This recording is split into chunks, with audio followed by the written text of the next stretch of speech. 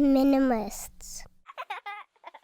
Does letting go of stuff help release anxiety? My parents just sold their house, so I'm back in my home state of Minnesota, minimizing all my old things. I can't justify or afford shipping everything to California, and now my anxiety is all over the place.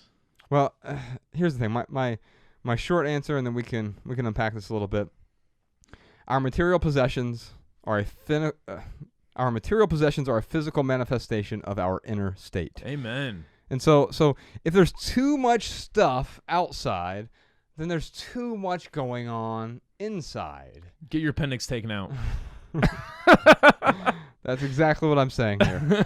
Man, Josh, you are so wise. But that too much is perspectival, right? Because the thing, if it's too much for me, it might be just enough for Carissa. And so if there's too much for you outside, if it's stressing you out, that is usually an indicator that there's something going on in here, and it is manifesting outwardly in these physical possessions. So I would also say, though, getting rid of too much stuff at once can also trigger anxiety. It's like being pushed from a plane versus skydiving, Ryan. If you've gone skydiving before. Yes, one time. You're right. Spur of the moment, talked into it. It wasn't so spur of the moment that you were just pushed out of the plane, though. It's true. You felt better about the skydiving experience than if, when we got on a plane this Thursday, if I just were to push you out on our way to Alabama. Yes. You felt much better because you had prepared for it accordingly, emotionally, psychologically, whatever.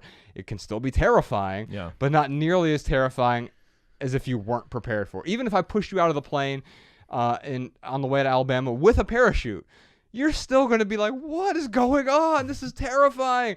And so I guess what I'm really trying to say to Carissa is yes, you need to let go mentally as well. You need to be prepared in here before you let go of the things outwardly. But you'll never be completely prepared. If you're waiting until you're 100% comfortable with letting go, you'll never let go of anything, because part of the letting go process is about embracing the discomfort.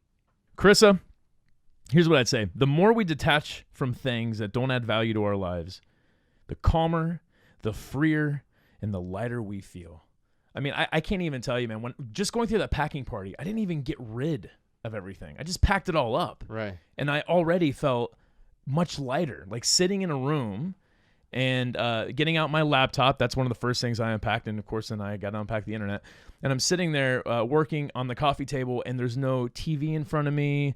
There's no clutter sitting over in the corner. No distractions. No distractions, man. I mean, it is an automatic. Yes, absolutely. Like, the more you let go, the freer and lighter you feel. Now, anything taken too far can be bad. Right. So please don't just run the dumpster and start throwing everything out. Yeah.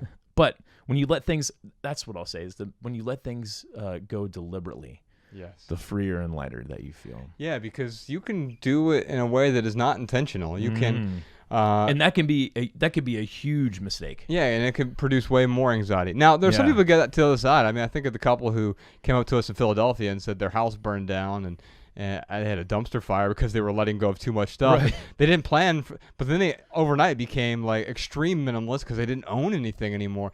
Now, they as a family sort of worked together, got past the anxiety, and we're actually a better family because of it. Quite often, we have these tragedies, these pivot points, these inciting incidents that are really, really difficult in the moment. The car crash kind of thing. But it reminds me of that, Matt Nathanson, the singer-songwriter? Yeah. He's got a song about, the lyric and the chorus is, I want to feel the car crash. I want to feel it capsize. And sometimes we do need to blow something up, so metaphorically, right? Like, I need to just blow up the entire, now you get to make that choice. And if you're making the choice, you're doing so intentionally. And sometimes it's going to be easier to let go if you make that decision, and someone, as opposed to someone else making that decision for you. Well, here's the thing, too, is Carissa knows. I mean, she obviously knows she has to get rid of some of her things. She cannot take everything to California. So whenever we make the right choices in our lives, even though it's difficult, even though it might be hard, even though we feel that angst of making these hard decisions, whenever we actually do make the right choice, right. I mean, hands down, we feel more at peace in our minds and our hearts. Yeah. So, Carissa, you know what you got to do. Yes, you have to make these decisions. And yes, if you make the right decisions and you do it deliberately, yes, you will feel calmer. You will feel freer. You will not experience as much as anxiety. You will release that anxiety.